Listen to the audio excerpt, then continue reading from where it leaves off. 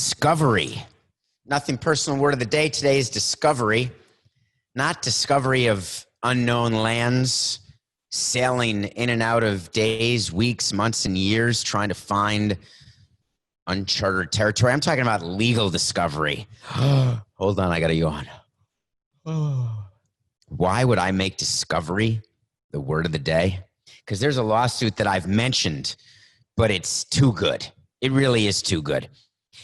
The Big Ten is my conference in college football and in all college because I'm a Badger. We've talked on the show about the fact that they canceled, postponed fall sports, and it became a cluster duck. You had schools saying they wanted to play. You had coaches say it's safe, let's play. You had athletic directors going against what coaches were saying. You had athletic directors going against what presidents and chancellors were saying. It's just been a mess, and the mess is not going away anytime soon. The White House is getting involved, saying they want to help get Big Ten back. There's rumors that maybe the Big Ten will play late fall, like starting Thanksgiving, and play a truncated season. Basically, it's an unmitigated public relations disaster. But on top of that, there's some legal issues. Remember the lawsuit that the 8 Nebraska football players brought, and how upset I was that in this country anyone can sue anyone for anything, and you don't get your legal fees paid if you have to defend yourself against a frivolous lawsuit, against a ridiculous lawsuit. I understand we're trying to protect the rights of the many to make sure they are not taken advantage of by the few. I get all of it. The 8 players saying that they had a right to play college football. I have combed the Constitution, ladies and gentlemen. I've looked everywhere. I can't find it.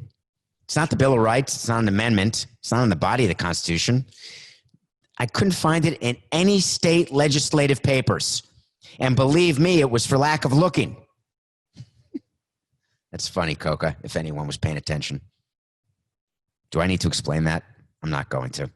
So, lawsuit happens. Here's how it happens when you sue somebody. If you're really a big company and you're suing a small company, just picture like Amazon suing a corner bookshop. You're going to lose if you're the corner bookshop. No matter what the issue is, no matter whether you did right, did wrong, it doesn't matter. You're going to lose because Amazon is a big company and they will paper you to death, meaning that they will have enough lawyers generating enough paperwork, whether it's virtual, DocuSign, email, PDF, JDF, PDQ, LSD, doesn't matter. They will have enough going your direction that you won't be able to deal with it all, and you'll say, Uncle, let's settle.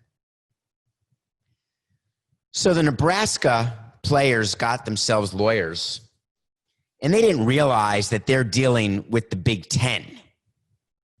And part of what you do when you start a lawsuit, there's something called discovery. Discovery is just that. You are trying to discover things that the other side may have that can either help or hurt your case, but at least give clarity to a judge or jury. So if you are having an argument about whether or not you had an agreement on a lease of a storefront, discovery would be any emails back and forth negotiating the lease to that storefront. And as part of discovery, you have to hand over to the other side documents that could be relevant to the case. And it can be a bear.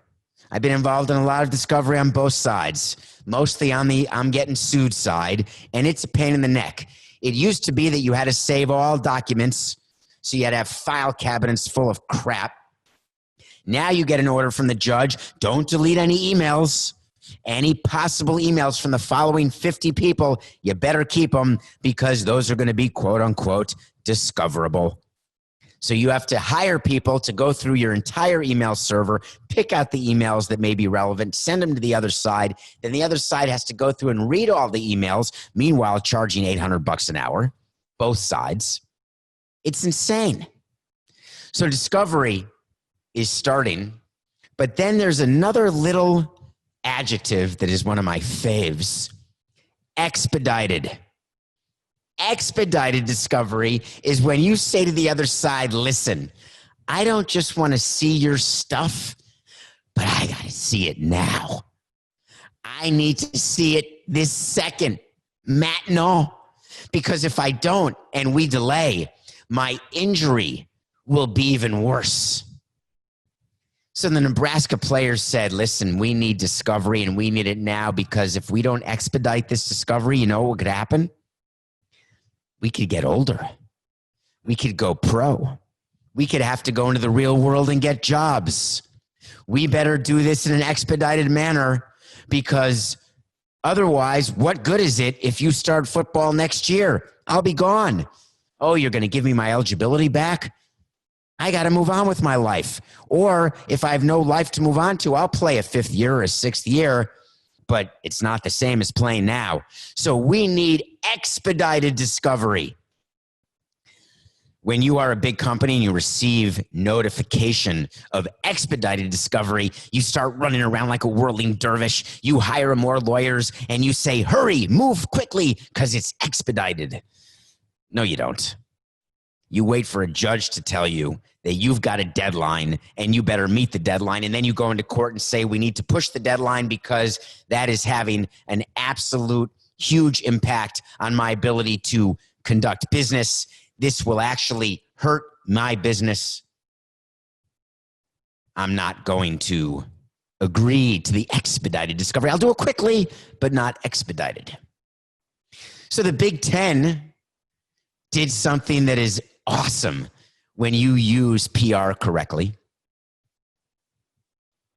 They released a statement responding to the motion, which means the Nebraska players went to a judge, and that's called a motion when you ask a judge to do something for you. I'm making a motion.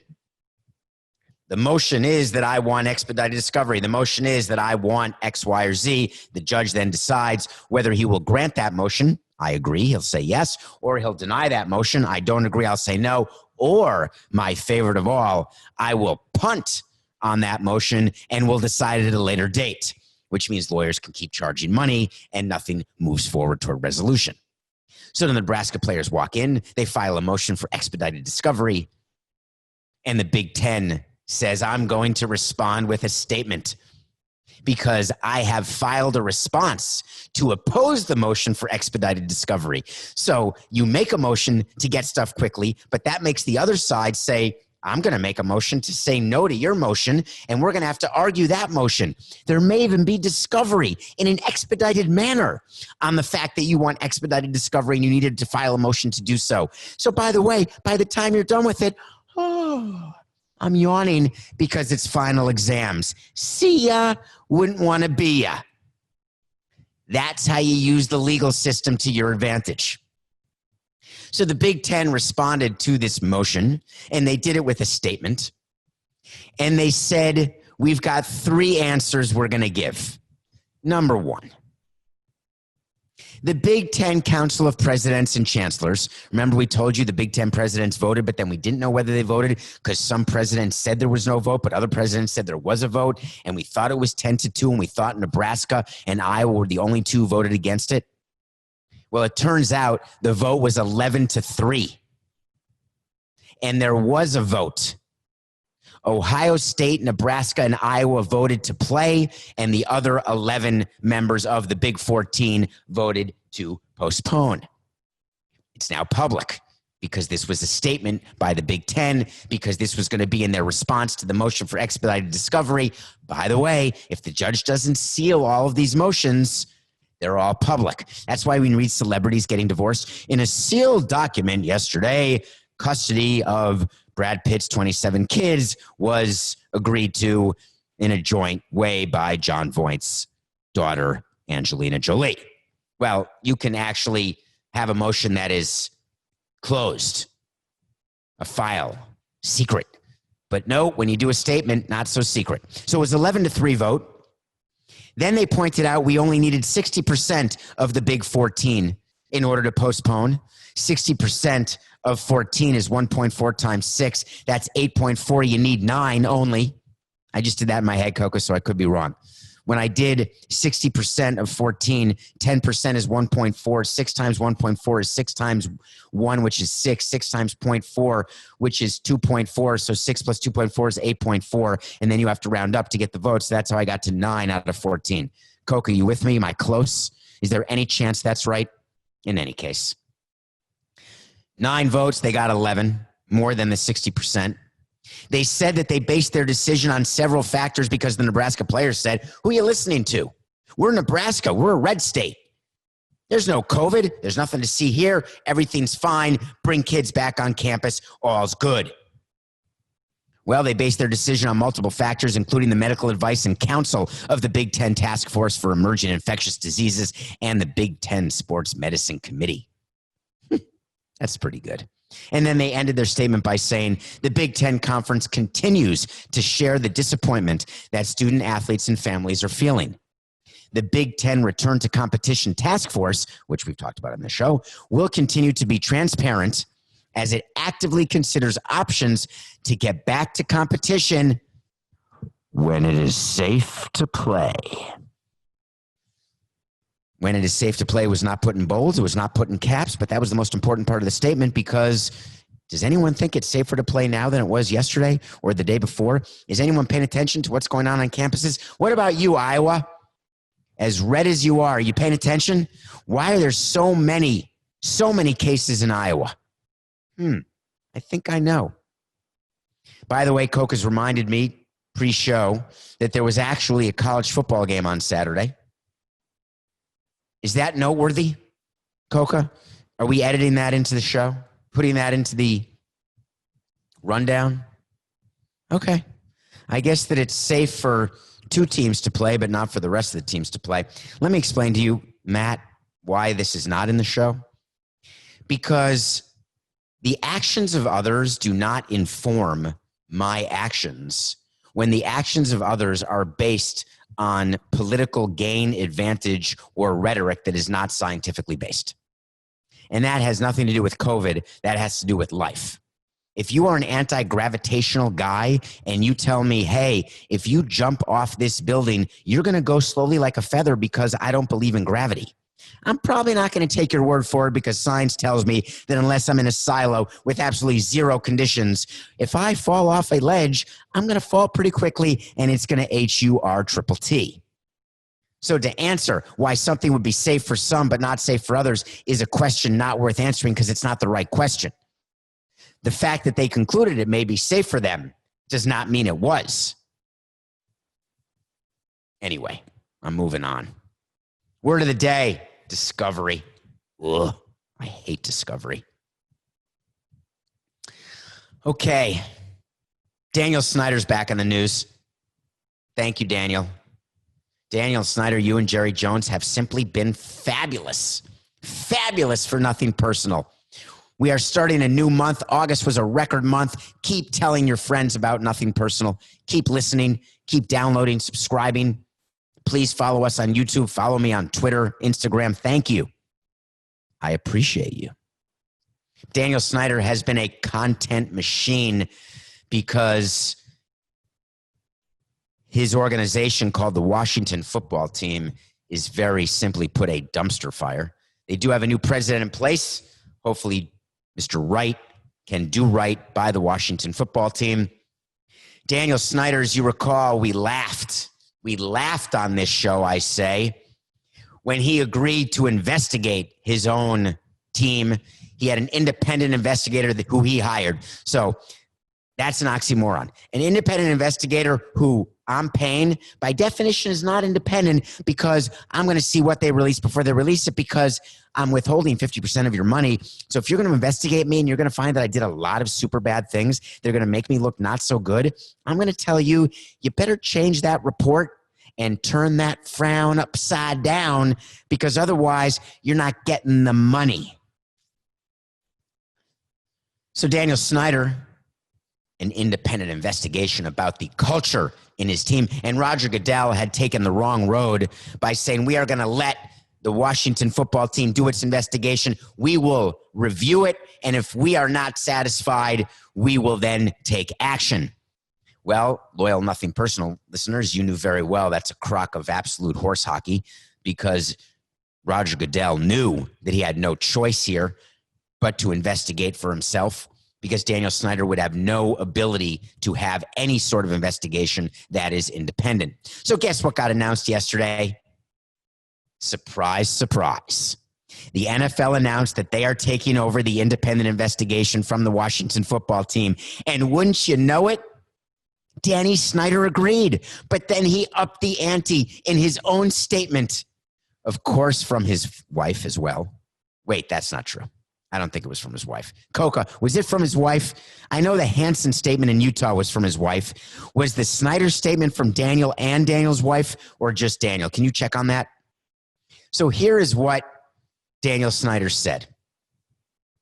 He said, recently the Washington football team launched an independent third-party investigation, yada, yada, into allegations about our culture and incidents of harassment.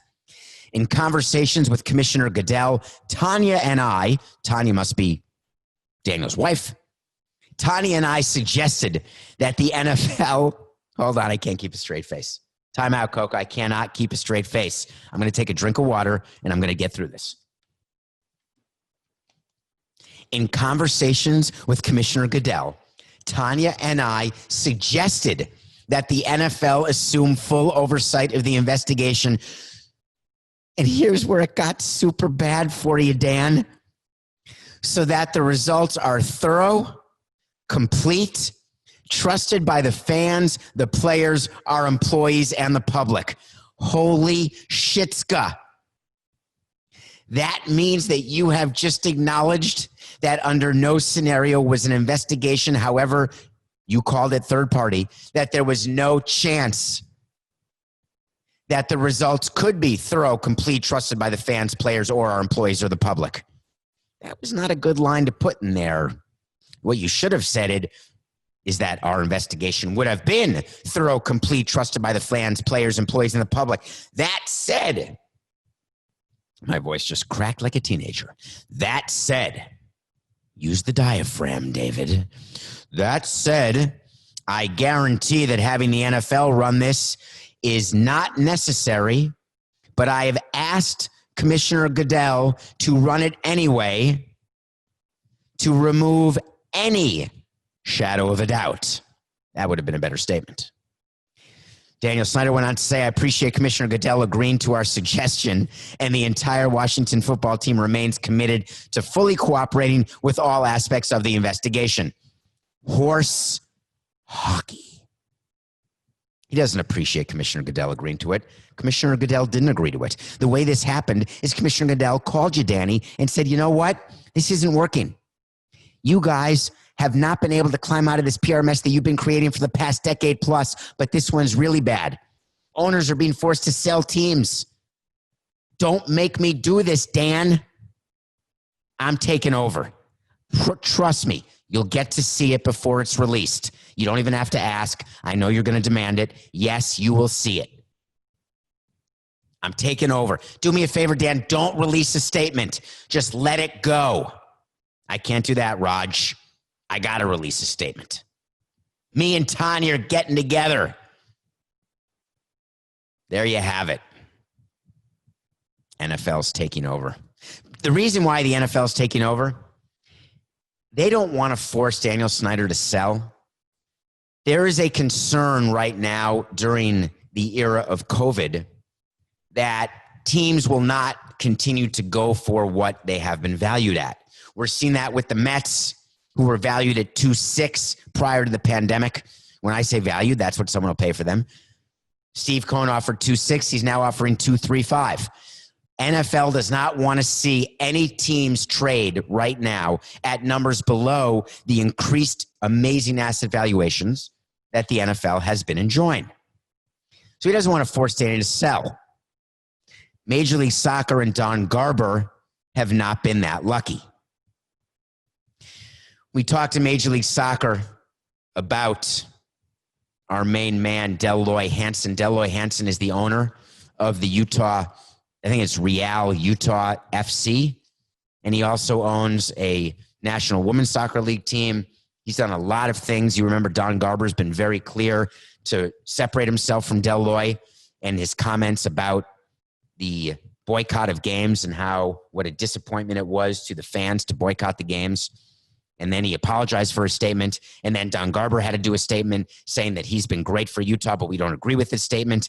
But then there had to be another statement because, as it turns out, Don Garber realized when the players said, we're going to really have an issue if this guy does not sell, this guy's racist. Hard stop.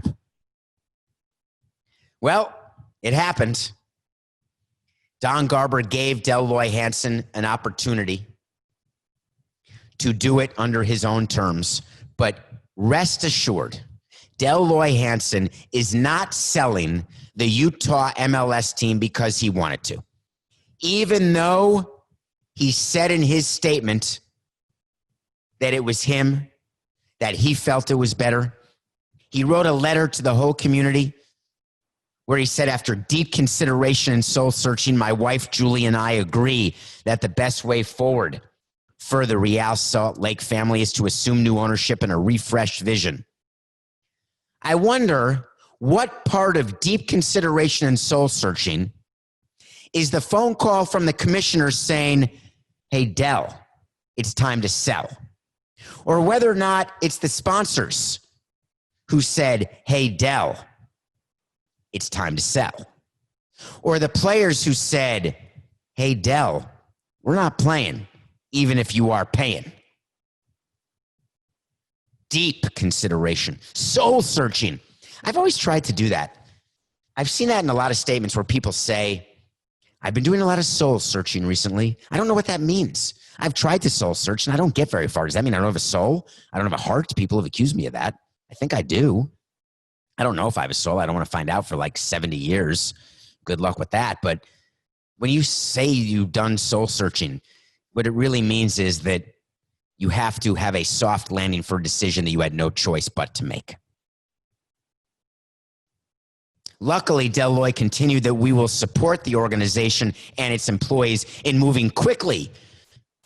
Thank you, Dell Loy. That's nice. Real Salt Lake has our full support. Thank you. That's great, Dell. Appreciate that. We've been blessed with loving friendships that are expressed daily. Hey, Linda? Hello? Julie? Julie? Has your phone been ringing? Julie? Anyone? My phone's not ringing. But people have been reaching out, right? Are they calling you, Julie?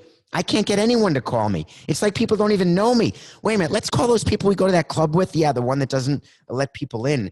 Do you think they're on our side? Well, we've had a lot of loving friendships. Well, Don Garber had no choice but to add yet another statement. These commissioners, can you imagine this era of statements? Don Garber said, one more, and that's all I'm going to do for you, Dell Loy. One more. I'm going to say Major League Soccer has been informed that Real Salt Lake investor operator Dell Loy Hansen has decided that he will begin a process to sell Utah Soccer Holdings.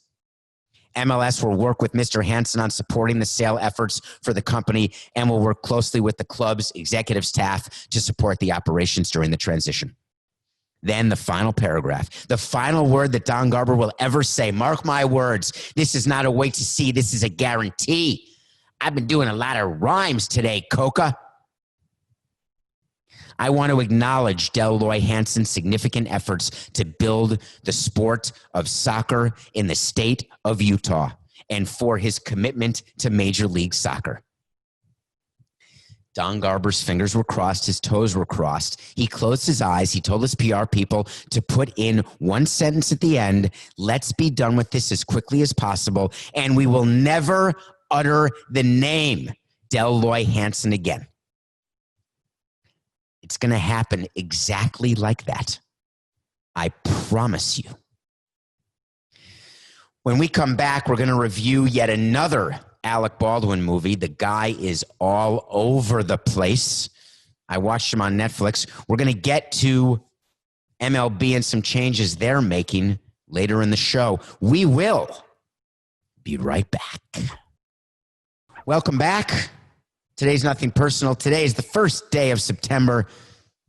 Yes, there's still a pandemic. Yes, this is almost Labor Day. Well, fall's coming. We'll see how bad it gets. Maybe it'll get good. Maybe everything will work out fine. Maybe. So I still watch movies every day. I'm in quite a routine. Do the show, watch a movie, work on the show. Do the show, watch a movie, run. Do the show, run, watch a movie, watch a TV show. Someone just told me to watch Love on Netflix, the series. I think I'm going to start that next. It's a 3-season series. I think it may be directed by Judd Apatow. But instead, I did what I normally do when I need to watch something and I don't know what to watch. I go on Netflix, I look under trending, and I keep forgetting that the stuff that's trending may not be good. There it was in the 3-hole. It's supposed to be one of your best hitters. Now your best hitter's hitting the 2-hole. Used to be the 3-hole. Used to, before that, be the 4-hole. 3-hole, drunk parents. Well, that sounds good. Is that a biography? Who's in that? Drunk Parents stars Alec Baldwin and Salma Hayek. The woman from Savages. She's been in a lot of stuff. Alec Baldwin. What hasn't he been in? When he was young, he was in She's Having a Baby. He plays Trump on Saturday Night Live. He's been in, I don't know, if you look on his IMDb page, I bet you he's been in 90 movies, maybe more. So they star as parents who drop off their child at college, and it's all been a farce. They pretend they have money, but they're bankrupt. The old tried and true story where you pretend you're rich, you live on credit just to be cool, and it turns out you had nothing. Well, Drunk Parents has nothing. It was about 96 minutes. I'm trying to remember if I smiled, didn't. No nudity, no great humor, some meek attempt at physical humor, a story that tried to pull you in emotionally, rooting for the underdogs to somehow get back on their feet. And wouldn't you know it, if you've seen a movie like this, do you think it'll work out for them at the end? Do you think there's a chance that their house will get taken from them and their daughter will realize that college wasn't paid for? They've got no money under the mattress, no bank accounts. Do you think maybe they'll start a business and it'll all work out in the end after a bunch of shenanigans and missteps and issues with the law and some close calls with some people looking for money because they owe so much? Knock 3 times if you've seen this before. Drunk Parents. You're going to need a cocktail to get through it. Okay, MLB made a very quiet announcement today, and we're not going to let it stay quiet because this is nothing personal. There has been for months a conversation about contracting teams in minor league baseball. It has resulted in horrible press for Commissioner Rob Manfred. It has resulted in a back and forth between minor league baseball and Major League Baseball that has not inured to the benefit of anybody. Baseball had been saying, and their message was clear, that we're not contracting teams. Those cities that have teams that will no longer be affiliated with Major League Baseball will still have teams. They will just have unaffiliated players on the team. Major League Baseball will still, in its way, support those teams, but they will not be, quote unquote, part of minor league baseball. People lost their minds. They were upset. Everyone on the left side of the aisle said it was outrageous that baseball was doing it. I told you as a president for 18 years, we had way too many minor league teams, way too many minor league players. The majority of them suck and will never make it, yet we're paying for them and for travel and for everything else. It is ridiculous. So MLB, during the pandemic, did something behind sort of everyone's back, except nothing personally new about it, that they had the right to lower the rounds, lessen the rounds of the draft, and they did. Remember, the MLB draft was 5 rounds a couple months ago, and part of the agreement is that they have the right to set the number of rounds going forward. MLB announced that the amateur draft is going to be next July instead of next June. That's not an epic announcement. They announced that they're going to have the draft in Atlanta, where they expect the 2021 All-Star to be. That is epic, because that means there's going to be a 2021 full season with an actual All-Star break in Atlanta. LA was moved to a few years from now because Atlanta was already hosting in 2021. And during All-Star Week, with the Home Run Derby and the Futures Game and everything else that happens, that is so much fun, they're going to do the amateur draft. 20 to 30 rounds, we're not going to commit, but we're not going to have 5. We're going to have 20 to 30 rounds, not 40. Well, that's an interesting nugget. This year, there were only 5 rounds, but there was no minor league baseball, so there were no rosters to fill out, so you didn't need half the players. Next year, you're going to do 20 to 30 rounds, but you used to do 40, and we'd use those players to fill in lower level. Oh, my God. Wait a minute. There must be another announcement coming. You're going to contract 20 teams, aren't you? You're going to get rid of maybe even more. And there it was. It was announced, in theory, there will be no short season leagues other than those already played at complexes, whether in the Dominican or your spring training site, which means that there will be between, let's say, 20 and 40 fewer teams in minor league baseball. Shh. Don't tell anyone. Each team is going to cut between 1 and 2 minor league teams. Don't tell anyone. We're going to keep it very, very quiet. Shh. We don't want to create a stir. We got some positivity around baseball. We got great pennant races going on. We got teams buying who we thought would sell. Teams selling who wanted to buy. Teams doing nothing who should be doing something. 16 of you were going to maybe get a ring or a chance to get a ring. Don't tell anyone. We're letting you cut between 1 and 2 minor league teams. Shh. It's happening, folks. They also announced that those minor league players, don't tell Boris. Don't tell Scott Boris. But signing bonuses are going to be paid the same way, which means players are only going to get $100,000 when they sign. And then 50% of the remaining can be paid in July of 22, and the other 15% in July of 23. Shh. Don't tell anyone, especially the agents. Don't tell anyone that if a player doesn't get signed, the most he can sign for is $20,000, just like last year. That's the new COVID rule lasting into 21. Shh.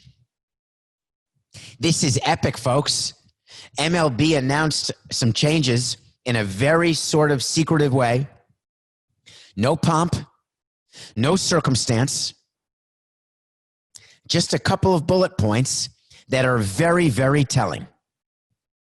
Well, minor league baseball, it's your turn. What are you going to do? I know what you're going to do. Exactly what I told you were going to do. You're going to grin, and you're going to bear it. That's it. You're missing something very important in the negotiation, and it's called leverage. You have none. Therefore, what MLB wants to do, they will do, but they're trying to do it in a far better way from a PR standpoint than they've ever done before. Will it work? Not to the people listening and watching. Nothing personal, it won't. Major League Baseball has changed its amateur draft, and we've broken it down. Okay. Let's go to pick of the day. Nothing personal, pick of the day. I got to compliment myself. Coca, is this the first time we've been 3 over 500 all year? I think it is. We're 12-9. 3 over 500. I don't know if it's the first time. Why are we 3 over? Because I actually thought about yesterday's pick significantly. We had the Padres beating the Rockies. Do you remember why? I think the Padres won the game 6-0. After winning the game before 13-2, but I told you after a deadline like that, the Padres were a slam dunk. That was literally the easiest pick of the year, was taking the Padres last night. So I want to take this 3-game over 500 out for a ride at 12-9, and I want to give you what I think is the hardest pick of the season so far, since baseball started. Or since sports restarted. You know, I don't have to just do baseball, by the way. Nothing personal, pick of the day can be any sport. And I want to go to basketball because tonight is one of my favorite events anytime. You know the two words I love. You've heard them before. Game 7.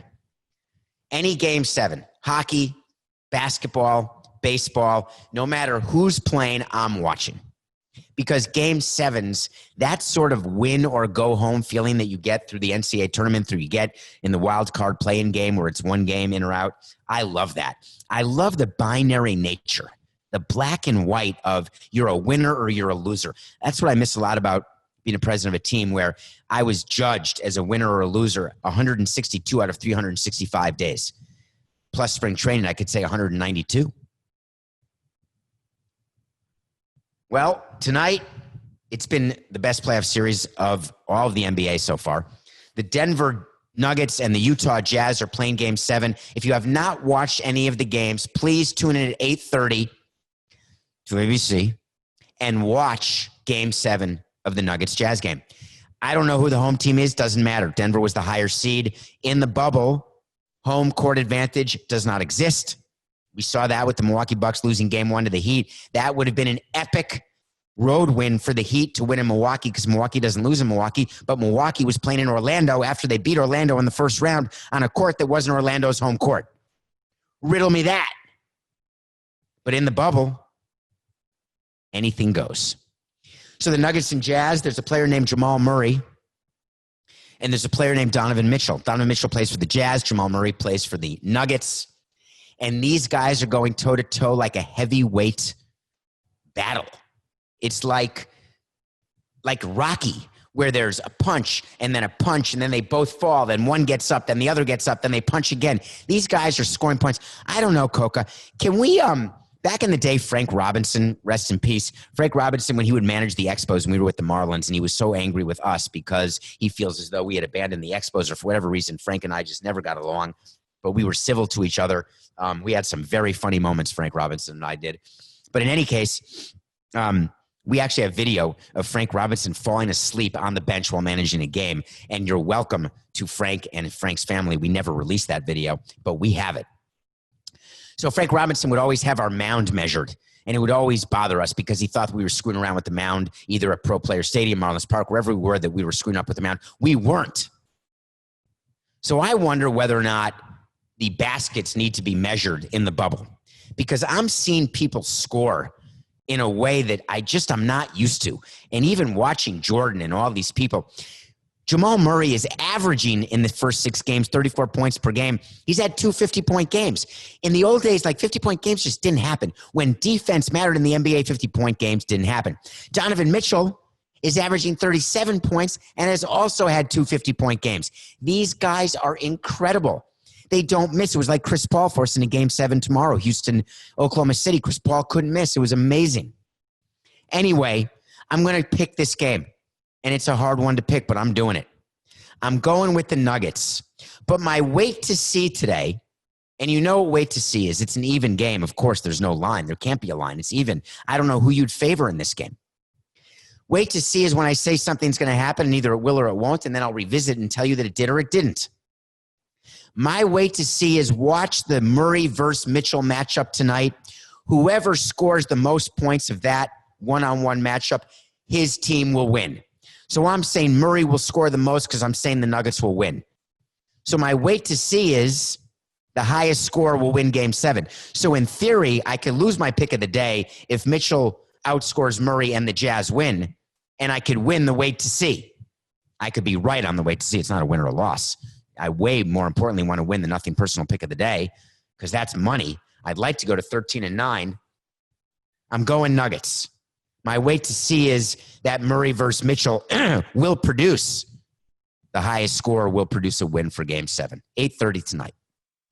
I want to catch up on a few wait to sees because that's how we roll. November 18th of 2019. I don't know, like 4 years ago. I had a wait to see that the Heat would not host the first round of the NBA playoffs. Now, why am I taking credit that that's a yes? It's because what that wait to see really is that the Heat would not finish in the top 4 in the Eastern Conference, and they didn't. They finished in the 5th seed. They then beat Indiana, the 4th seed in the first round. They swept them, I think, or beat them 4-0 or 4-1, and they're now up 1-0 on Milwaukee. They actually have a chance to win the title. We talked about Pat Riley in a previous show, but that wait to see was from November 18th of 2019 that the Heat would not host a first round. Then just this week, August 24th, before the trade deadline, a week before the trade deadline, we had to wait to see on Nothing Personal that the Texas Rangers would sell and the Cincinnati Reds would buy. That went against convention, but it happened. That's a yes. The Rangers sold. They traded Mike Minor to the A's. The Reds bought.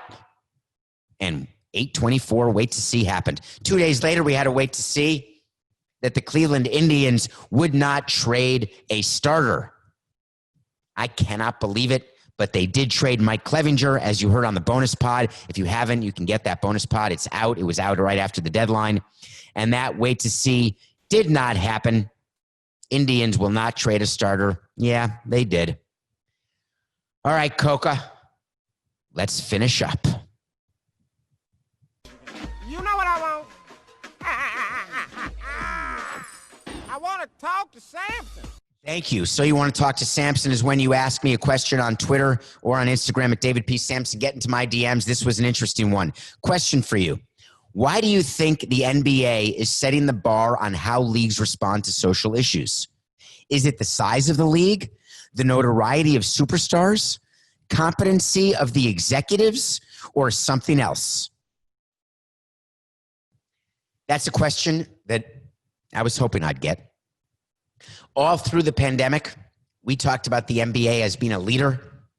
Adam Silver, he stopped games first in March. He started working on a bubble early. He talked to his players and his union. He negotiated with them in an open way, not necessarily a public way, but in an open way, and got basketball returning in a bubble, and it has gone phenomenally well. He handled the social unrest and the times that we've had with the issues the players had, starting with Kyrie Irving after what happened to George Floyd. He made changes to the court, to how things look, to what players would be able to say, what players would be able to do. Then, after Jacob Blake got shot 7 times, he again showed leadership when the players wanted to leave the bubble.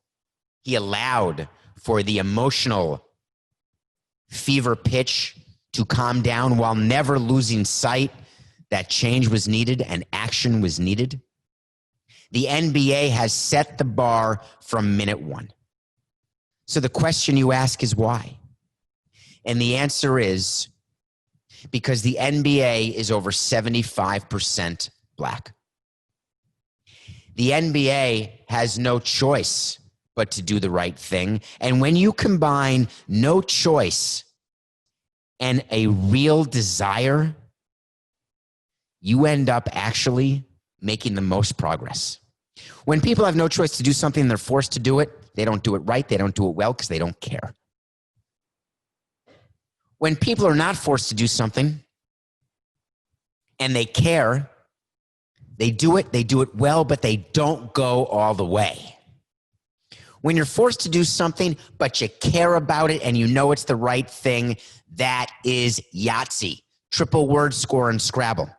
In my opinion, that is the confluence of a perfect storm, where the NBA realized that they have got the leadership, both in players and in executives. They've got the platform, and now they've got the reason. I'm not saying that this shouldn't have happened 20 years ago, 40 years ago, or 60 years ago. I'm saying that it's never too late to be all in and to be right.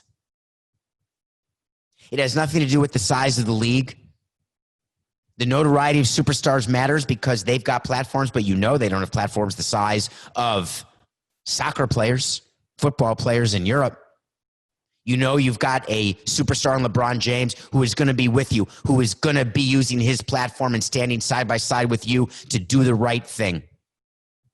It's not about competency of executives. It's about being forced and caring enough. And the interesting part about it is that when all of those things happen, when you really want to make change, you can be that change. And then on top of it, it can still be good for business, even when it's personal.